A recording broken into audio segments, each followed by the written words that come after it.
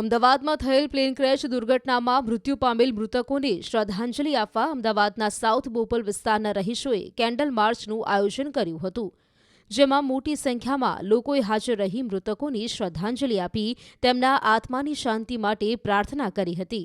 મહત્વનું છે કે આ કેન્ડલ માર્ચ સાઉથ બોપલના ભાગવત બંગલોઝથી ભીમનાથ મહાદેવ મંદિર સુધી કેન્ડલ માર્ચ યોજાઈ હતી, જેમાં તમામ નાગરિકો હાથમાં કેન્ડલ લઈને નીકળ્યા હતા. આ તરફ પાટણ જિલ્લા અને શહેર કોંગ્રેસ દ્વારા કેન્ડલ માર્ચનું આયોજન કરવામાં આવ્યું હતું. શહેરના બગવાડા દરવાજા ખાતે કેન્ડલ માર્ચ યોજી પ્લેન ક્રેશમાં મૃત્યુ પામેલ મૃતકોને શ્રદ્ધાંજલિ અર્પણ કરવામાં આવી. આ કેન્ડલ માર્ચમાં મોટી સંખ્યામાં કોંગ્રેસી કાર્યકર્તાઓ તથા નગરજનો પણ જોડાયા હતા. અમદાવાદની અંદર જે વિમાન ક્રેશની દુર્ઘટના બની અને એની અંદર જે મુસાફરો હતા અને વિમાન જે જગ્યાએ પડ્યું એના તમામ કુલ 240થી વધુ લોકોના દુઃખદ અવસાન થયું છે.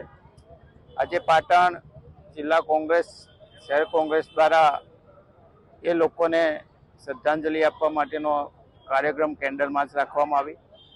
આ દુઃખદ ઘટના બની. પરિવાર, ભગવાન એમના પરિવારને આ દુઃખ સહન કરવાની શક્તિ આપે અને ભવિષ્યની અંદર પણ કોઈના માટે આવી દુઃખદ ઘટના ના બને. જ્યારે પણ વિમાનની અંદર આવી કોઈ ફરિયાદ મળે તો એની પૂરતી કાળજી રાખવામાં આવે અને ભવિષ્યની અંદર આવો કોઈ અનિષ્ટ બનાવ ના બને. એના માટે આજે અમે સૌ મીડિયાના માધ્યમથી ભગવાનને પણ પ્રાર્થના કરીએ છીએ અને ફરીથી એમના પરિવારજનોને સાંત્વના પાઠવીએ.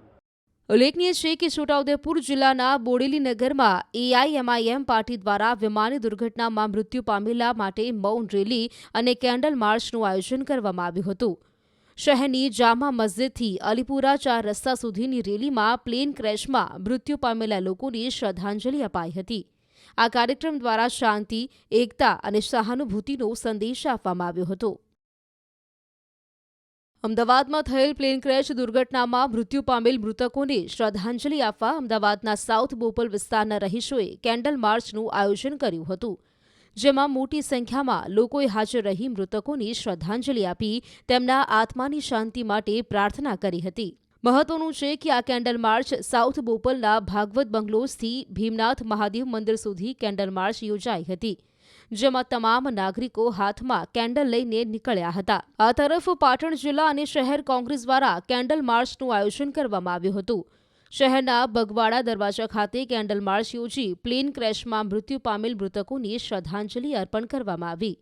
આ કેન્ડલ માર્ચમાં મોટી સંખ્યામાં કોંગ્રેસી કાર્યકર્તાઓ તથા નગરજનો પણ જોડાયા હતા.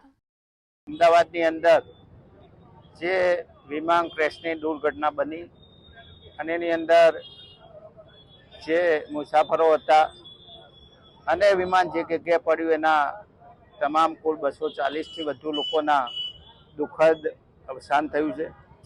આજે પાટણ જિલ્લા કોંગ્રેસ, શહેર કોંગ્રેસ દ્વારા એ લોકોને શ્રદ્ધાંજલિ આપવા માટેનો કાર્યક્રમ કેન્ડલ માર્ચ રાખવામાં આવી. આ દુઃખદ ઘટના બની. પરિવાર, ભગવાન એમના પરિવારને આ દુઃખ સહન કરવાની શક્તિ આપે અને ભવિષ્યની અંદર પણ કોઈના માટે આવી દુઃખદ ઘટના ના બને.